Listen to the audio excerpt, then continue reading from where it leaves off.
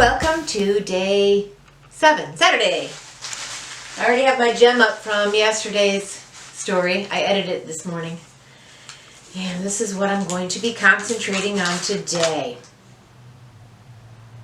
Ooh, I'm looking forward to this. This idea came from a picture I saw. So, yeah. I'll have to think a while about it. I don't know exactly how I want it to go. But it is about a little girl in outer space.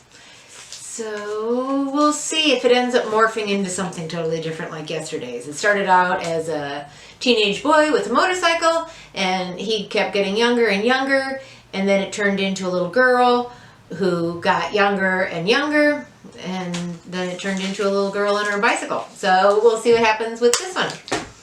I'll see you guys later. Okay, I've got 3 pens now. I'm gonna try to get some ideas. I haven't come up with even one yet, so here we go.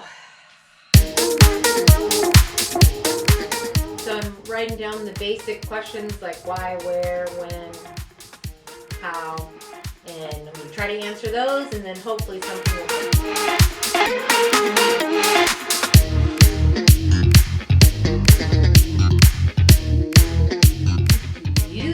What do you think? What do you think?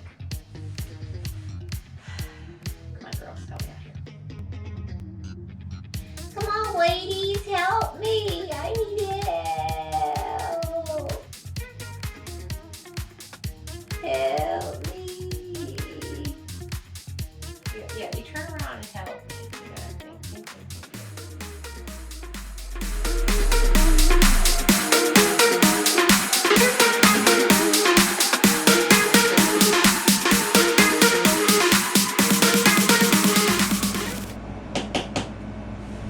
Okay, I've come up with a good amount. I'm going to let that soak in, and then I will start trying to figure out how to write it into a story. So I'll be back in a little while. Okay, here's where I stand. It is 6:30, and I started it, stopped it, started it, stopped it. I got confused. I started into the black hole that is research.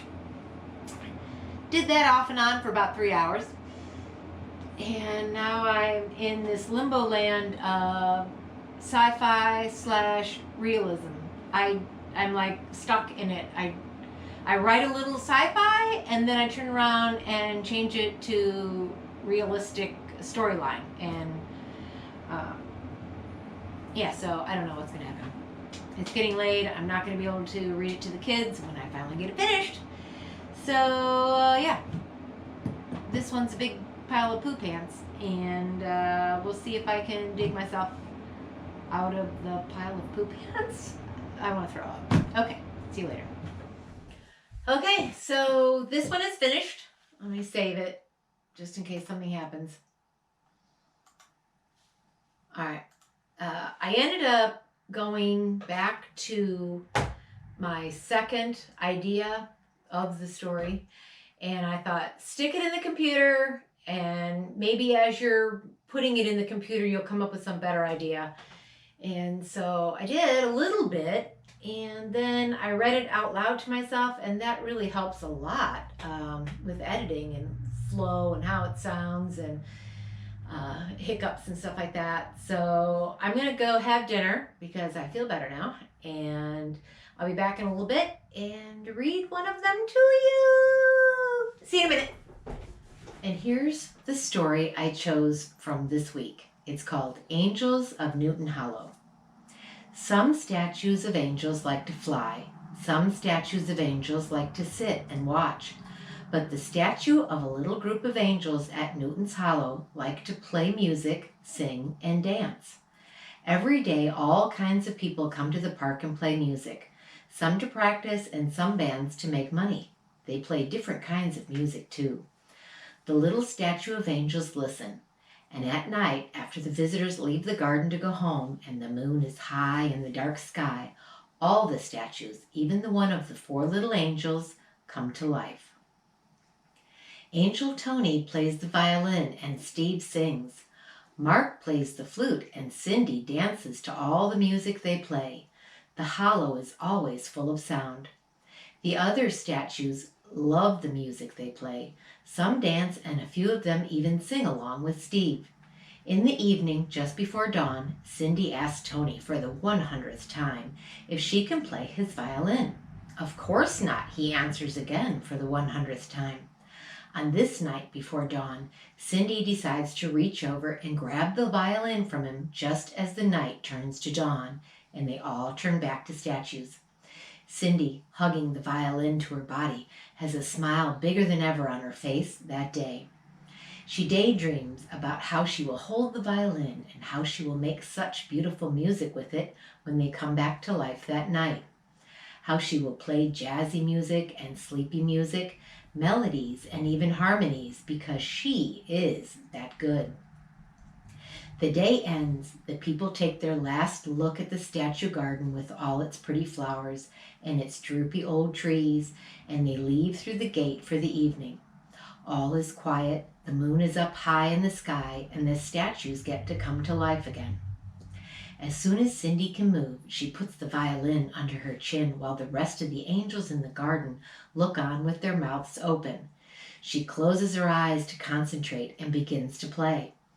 "Ugh!" yells Tony at the first note Cindy makes. He puts his hand over the strings on the violin to stop her from playing. "That was awful," he gasps.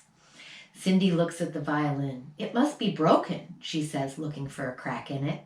She can't see anything wrong and says, "I'll try again." "Scrack, screak, squawk." "Stop," yells Steve this time. "How can I sing to that noise?" Cindy again examines the violin. "I don't understand why it sounds like this," and she starts to cry. Mark puts his arm around Cindy's shoulder. "It's really hard to play if you don't know how," he says, blowing a sweet tune on his flute. Tony leans towards her. "It's taken me my whole life to get this good," he says, trying to make her feel better. "Anyway, I can't dance, and you're a natural." Cindy's tears stop falling down her face, and she gulps in a big breath of air.